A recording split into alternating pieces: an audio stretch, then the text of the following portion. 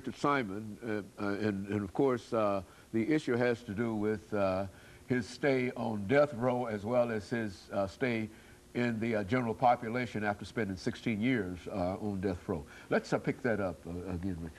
Well, Dr. Haney, like I said, getting off death row and coming to general population was a big transition, just like getting out of prison, coming back into society was a big transition. But out here, I could ask for help. In there, the condition and mindset you put on the front.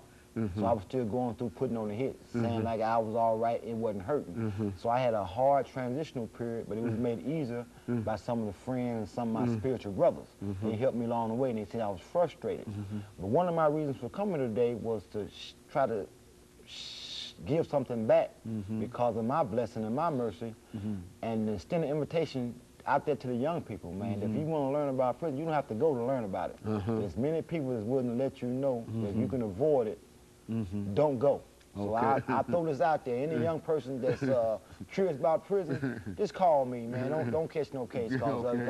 You don't want to do it like that. But prison, just like, man, we talk about the young people. You see the young guys coming there, and man, when I got locked up, it was a lot of quote unquote, no disrespect to the audience, is a lot of homosexual behavior. We call them booty bandits. And then nowadays, a lot of them young guys running out their pants, hanging out their behind.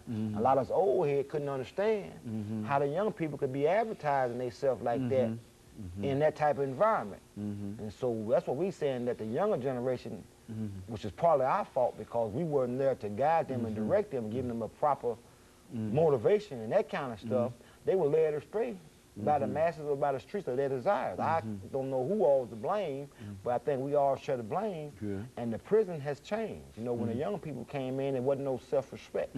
It wasn't no respect for your cellmate. It was a lot of drama. You know, it was a lot of stuff that, like they say, oil and water don't mix. Sometimes old and young don't mix because, you know, they don't want to, when you take a guy, quote unquote, was making $10,000 a week doing this thing, how you gonna listen to a guy that's you know, been in prison 20 years, and man, you ain't got nothing. I got 5 houses out there. So a lot of people got caught up into the material thing, and prison strips you of that. And once you realize that you don't have anything but what the state issues you or allow you to have, it really put me back in perspective. No matter what, I had my goals and my dreams, but if they didn't open the door, I couldn't get out. I was like powerless in prison. All the stuff I wanted to do, it was just thoughts. I was like powerless. That's not a good feeling for a man. You know what I mean? It wasn't a good feeling for me. So I was trying to get my empowerment back, which was quote unquote trying to get out of prison. And how do you get out of prison? Put yourself in a position that you're worthy of a second chance. Because I was guilty of the crime I committed, so I couldn't, find a loophole. I had to throw myself on the mercy of the parole board.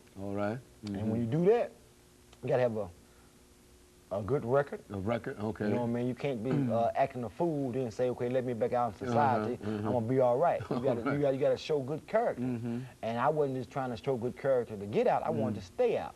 So I was trying to adopt some behavior to where if I did get out, I wouldn't be back in this situation again. So I was constantly trying to be better, And then I was working. As you know, I hurt my eyesight while I was working, and believe it or not, that didn't deter me. I still wanted to be a nice person, quote unquote, when I got out and be worthy of a second chance.